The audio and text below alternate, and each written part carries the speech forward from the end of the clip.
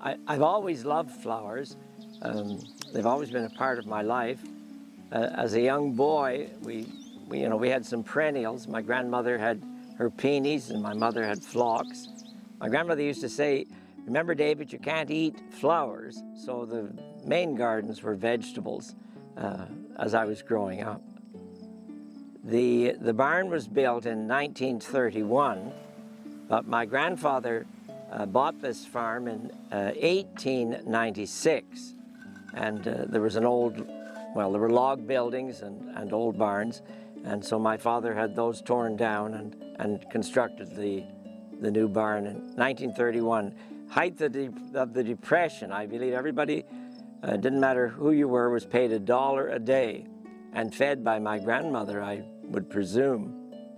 My grandmother had a green thumb. She certainly worked hard in the vegetable. She'd been widowed when my father was only 7, so that's why I keep mentioning my grandmother, because she maintained this farm, which was almost a miracle in those days. There was no insurance policies for a widow, and so she had to work very hard.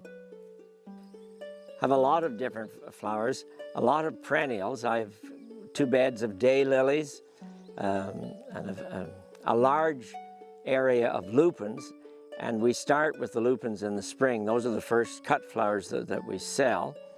And then I plant zinnias and cleome and calendula and cosmos and so on that we use as cut flowers. Also plant sweet william. But we have a lot of perennials.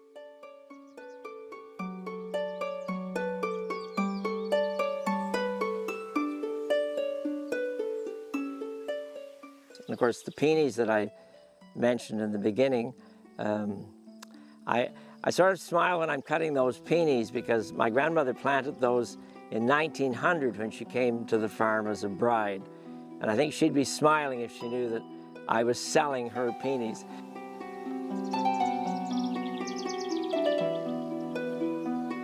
I've always been a part of this farm, but I did go to Teachers College and became a public school teacher. Well, first of all, I started in a one-room rural school with 8 grades, and then I moved to Ottawa and taught there for many years in the intermediate level. Mainly math and English were my 2 subjects. I certainly enjoyed teaching, and my staff used to kid me. I could have retired a little earlier than I did, but they said, "Oh, well, you keep teaching so you can keep the farm." And there was quite a bit of truth in that, because farming these days is not a very lucrative business. I grew up on this farm, and there were 124 acres, and my father was able to provide his livelihood. I'm very fortunate to have, well, of course, my son in particular helps, but need extra help, and I've been hiring very, very competent help. These young people originally worked at my friend's berry farm and then his tree farm, and so they came highly recommended. The first flowers that we take to the market are the lupins, but before that there are tulips and daffodils and so on at the usual time. But I don't really, well, I have a lot, but I don't have enough to make it worth going to the market with. People often ask me at the market, "What do you do with the flowers that you don't sell?" They don't realize that we've picked extra flowers to keep our stand looking its best. And the flowers that I don't sell, I take to the church which I attend, set up 2 tables, and then after the service, people get their bouquets and they give donations to the building fund, whether it's the church roof or whatever. So I know that all the flowers are going to go. And if there are any left over, of course, they go to the nursing home. Oh yes, the sunflowers. We plant those, of course, each year. And we have 3 different varieties. We have a very early variety, and then there's another mid-season, which is called Prado Red.